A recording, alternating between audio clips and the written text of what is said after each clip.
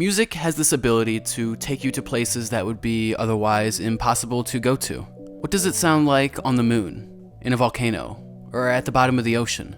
This is the idea behind the water-themed Drip or Drown 2, from Atlanta rapper Gunna and his longtime producer Turbo. Now, this album does have its share of flaws. The production falls off at points and Gunna's vocals get somewhat tired after a while, but the water theme is pretty heavy and constant throughout the album. We get an idea of it right away just looking at the title and the cover art, with Gunna standing underwater. And you can hear it in any number of tracks from the album. Just take the single Speed It Up. Speed it up.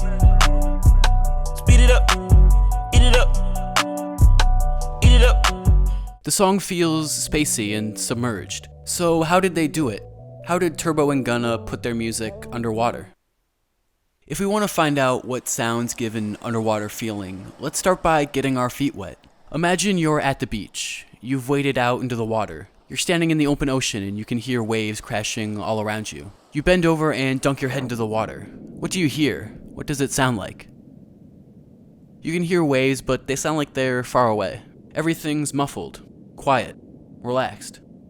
This gives us a good idea of what direction we should go in to create an underwater atmosphere. We need to use sounds that are muted and relaxing. But what do they sound like, and how do we put them into a song? Thankfully, people have already tried to solve this challenge. Video games have been trying to recreate the feeling of being underwater as long as there have been underwater levels. And they've created some of the most memorable songs in video game history. The classic aquatic ambiance from Donkey Kong Country.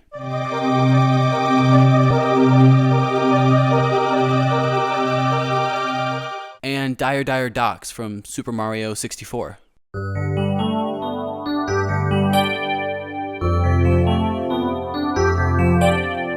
How do these songs achieve that underwater feeling? What sounds do they use and what effects do they apply? One of the first things we notice is the general lack of high frequencies. Anything that's high-pitched is gone. This is one of the biggest parts of making something sound underwater. It gives it that submerged, muted feeling. You can do this by using sounds that don't have a lot of high frequencies, or using a filter to cut off all the frequencies above a certain range. Delays are another effect, repeating a sound a couple of times, mimicking the way a sound might bounce around underwater. Reverbs create a similar effect, using a collection of delays to make a sound feel like it's in a space. It adds to the spacious feeling of being underwater.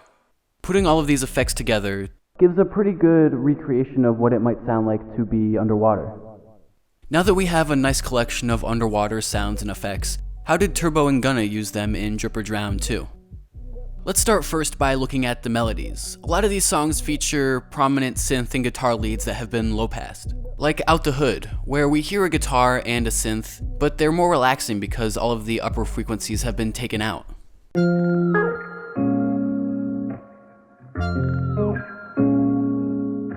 Acoustic instruments, like the guitar we just heard, have become somewhat of a staple in Turbo's production, and it almost makes it easier to get that underwater sound.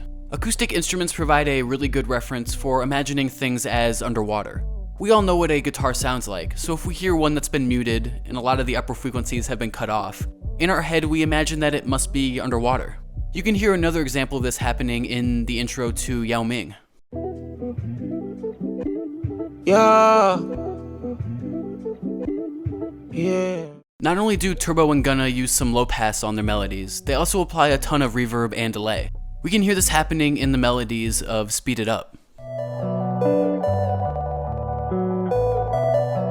Hold on. While the synth lead here does have a fair amount of high frequencies, all of the reverb and delay they applied helps space it out. This use of reverb and delay and a lack of high frequencies helps the melodies sound submerged, but melodies just make up half of the instrumental. What do they do in the percussion to give these songs that underwater sound? Like a lot of the melodies have high frequencies taken out, Turbo and Gunna also choose percussive sounds that don't have a lot of high frequencies. They still have to strike a balance between sounds that are somewhat aggressive and give a good bounce, and sounds that are more relaxed and give that underwater feeling. Take Three-Headed Snake, where the percussion is pretty minimal to begin with. The hi-hats are turned way down and in the background. They opted for a clap instead of a snare, and the kick almost sounds round. Me Gunna and Weezy, that's three-headed snake. Me Gunna and Weezy, that's three-headed snake. We done made a few M's and I'm straight. Got me a meal and fit my plate. Maybe not as underwater as it could have been. It still has to keep some energy, but it's more subdued than a lot of other hip-hop songs. We can hear another example of this subdued percussion if we go back to Out the Hood. I'm out that hood, but I'm hood, melodies. I smoke good narcotics, keep my diamonds polished on. Again, they turned the hi-hats way down, and the kick and 808 were pretty quiet too. Really, the only thing standing out there was the clap. Percussion doesn't just have to mean your typical hi-hat, snare, and kick. It can also refer to some more miscellaneous sounds, sounds that do a good job of putting music in a space. Turn on any number of lo-fi hip-hop tracks, and you'll hear all kinds of environmental sounds to help transport the listener. One of the most common ones, and related to the theme of water, is the sound of rain.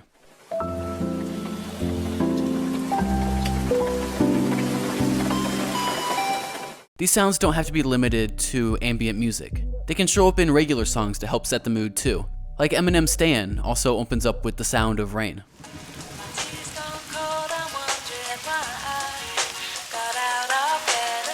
The sound of the rain doesn't really keep the rhythm, but it gives us a good idea of the atmosphere of the song.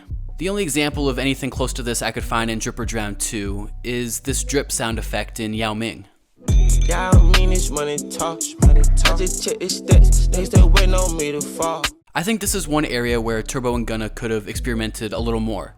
They still needed traditional percussion to keep the rhythm, but they could have added some other sound effects, whether it's a drip that helps keep the rhythm or something more atmospheric like rain. Along with these percussion sounds and the melodies, we can also look at what they did to Gunna's vocals to give this album an underwater feeling. After Gunna records his verse, any number of effects can be applied to his vocal. We already saw earlier how any number of these effects can give an underwater sound. And of these effects, the one most commonly used by Gunna and Turbo here is reverb. A lot of reverb. The occasional delay, too.